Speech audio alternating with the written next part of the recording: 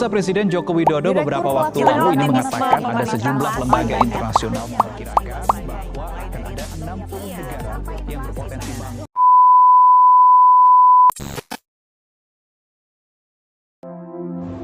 Ancaman resesi global 2023 tepat di depan mata. Kondisi ini diperjelas dengan berbagai resiko yang mulai muncul di permukaan. Laju inflasi tinggi, fenomena strong dollar, krisis pangan hingga perang yang jauh dari kata damai menjadi alasan kuat semua pemangku kepentingan di dunia menyalakan alarm bahaya. Presiden Joko Widodo menyampaikan bahwa Bank Dunia dan International Monetary Fund atau IMF memperkirakan perekonomian di 60 negara berpotensi mengalami resesi global.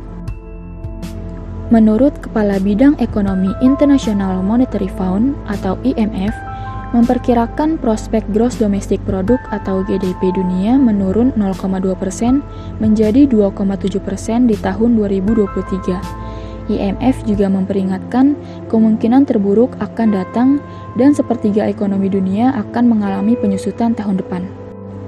Menteri Keuangan Sri Mulyani Indrawati hingga Bank Dunia memprediksi perekonomian global akan tersungkur di lubang resesi pada tahun 2023. Hal itu terjadi karena adanya pengetatan moneter di sejumlah negara hingga konflik geopolitik yang menyebabkan turun naiknya harga komoditas pangan sampai energi di dunia.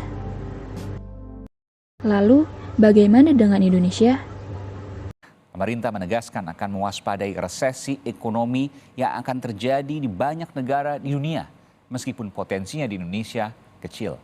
Kita relatif dalam situasi yang tadi disebutkan risikonya 3% dibandingkan negara lain yang potensi untuk bisa mengalami resesi jauh di atas, yaitu di atas 70%. Ini tidak berarti kita terlena, kita tetap waspada. Namun message-nya adalah kita tetap akan menggunakan semua instrumen kebijakan kita.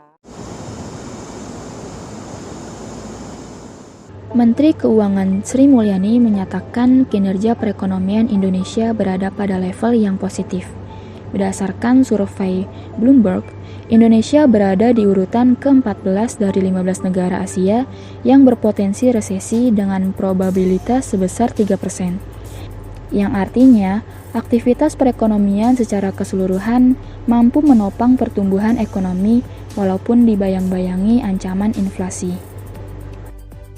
Walaupun demikian, pemerintah tidak boleh lengah dalam menghadapi ancaman terjadinya resesi ekonomi global, karena dapat berdampak pula ke Indonesia, bahkan dapat menyeret Indonesia ke jurang resesi ekonomi.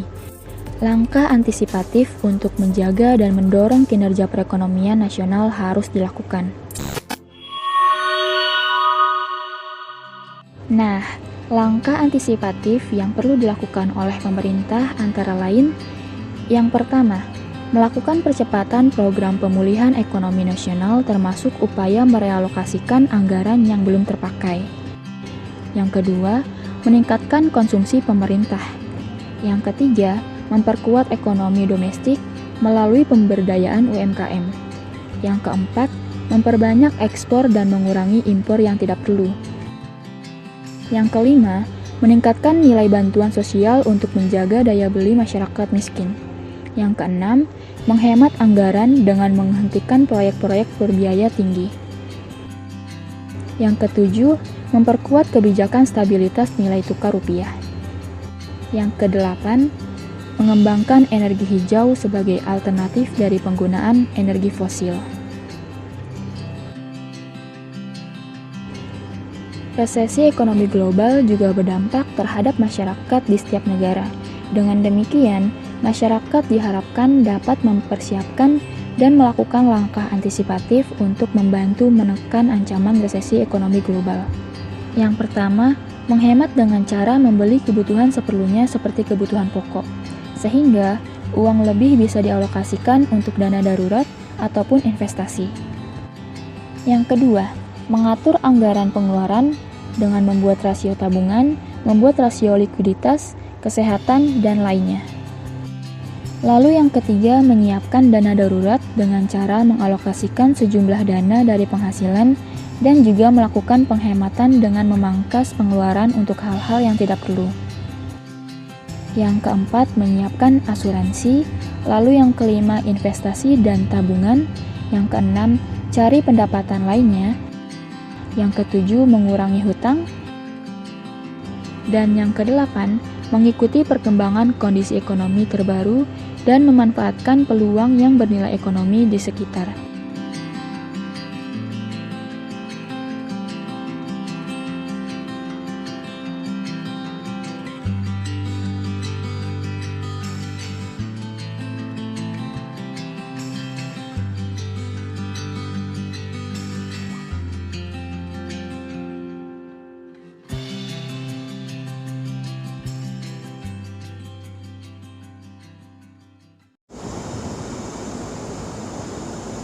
Jadi kita semuanya harus tetap optimis meskipun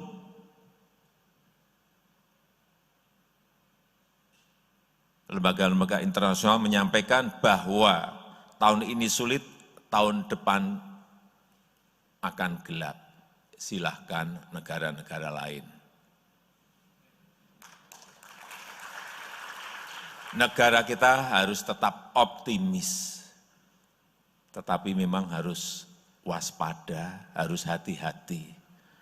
Karena badainya itu sulit dihitung, sulit diprediksi, sulit dikalkulasi. Menteri Perdagangan Zulkifli Hasan menyampaikan angka surplus neraca perdagangan Januari hingga September tersebut melesat 58,7% dibanding periode yang sama tahun 2021.